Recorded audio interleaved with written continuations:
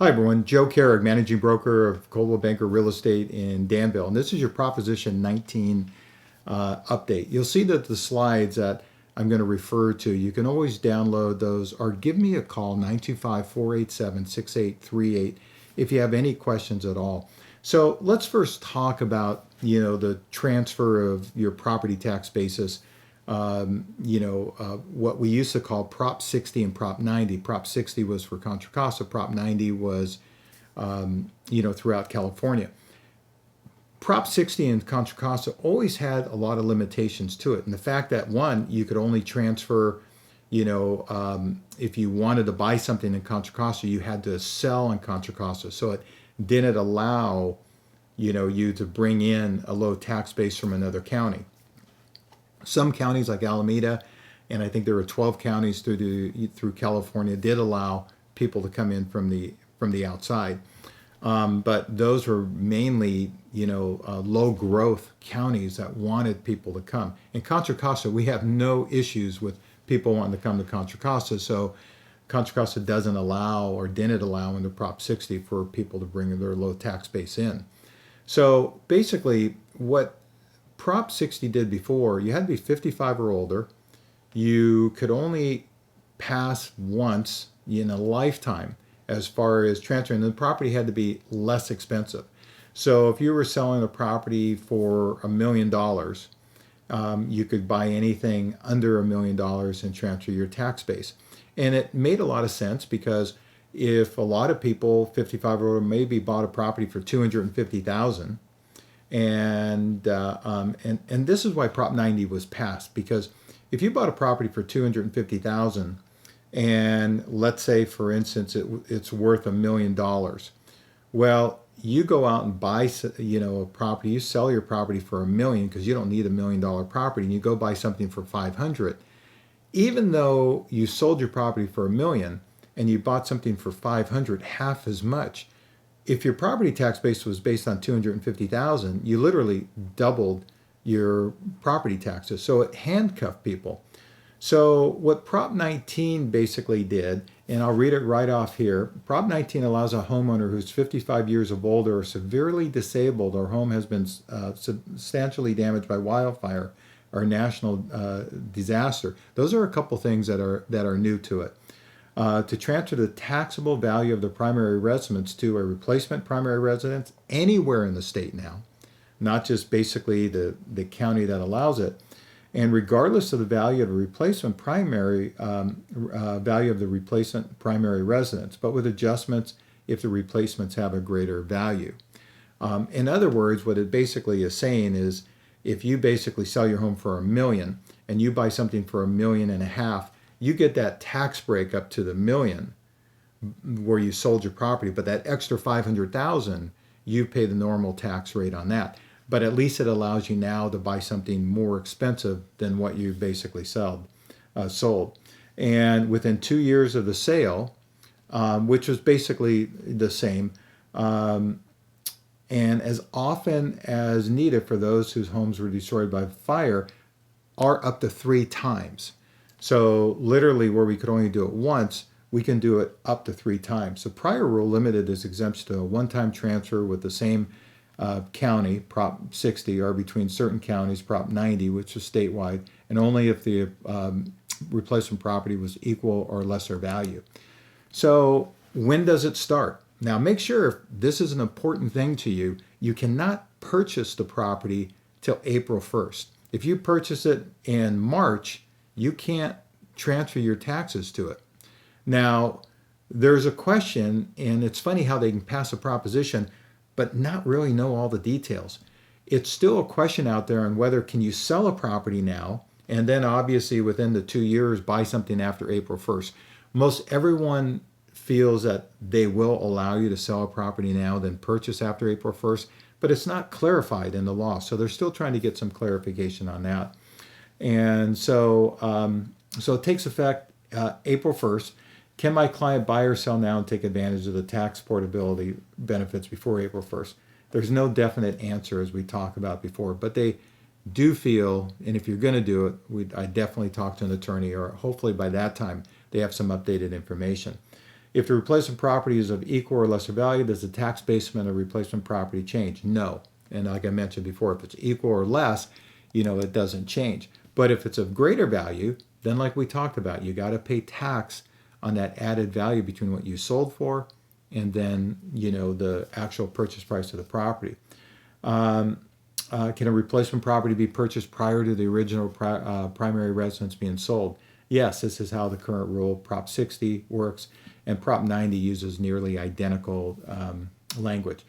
Now, there's a lot of people, because the California Association of Realtors backed this rule, and the reason they backed it was because they felt that, because God knows we need more inventory out there in the market, and they felt there were a lot of people that were stuck in their home because if they bought something, like I used the example of $250, selling it for $1 million, then buying something for $500, they purchased something for half what they sold their home for, but their property taxes were still, going to double.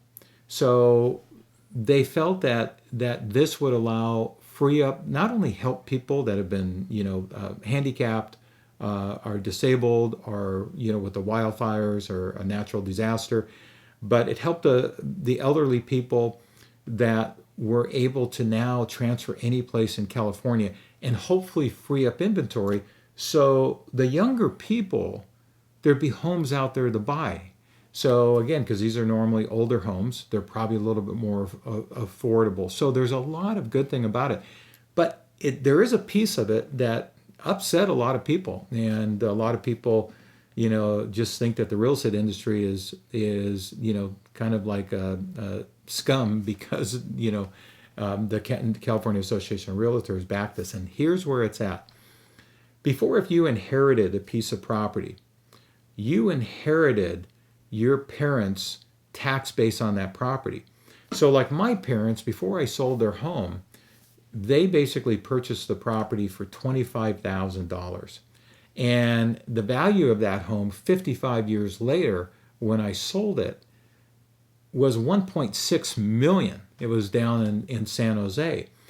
If I wanted to keep that property as an investment, I could have kept that property and still had their tax basis of when they bought it for $25,000 plus the incremental, the 2% a year that it could go up. So you can still do that, but only if you occupy the home as your primary residence. So in other words, if I wanted to take that property, or I want to take that commercial building and I wanted to rent it out and have it as an investment, in the old rule, I keep the property taxes. In the new rule, it gets retaxed at whatever the property value is. So that's huge. But if I decided I wanted to move into my parents' home and have it as my primary residence, then I would still get the low tax basis. So people that were inheriting their parents' property that wanted to use it as a rental property are very upset at this bill, because obviously, as you can imagine, it makes a huge difference from that standpoint, and that's kind of the negative side of it. Certainly, there's a lot of positives. It helps older people get out from under their homes, frees up inventory. God knows we need that. It also obviously helps them out, as far as being able to get into a smaller home, something a little bit more affordable and manageable. But there is some negatives to it, and it's a negative that has upset a lot of people. You know what? There's no right or wrong. I guess if you're on, young couple, that need to buy, that can't buy because there's no inventory out there, I guess this would benefit them. It benefits people that are 55 and older that want to transfer, buy something outside of the county that they're in.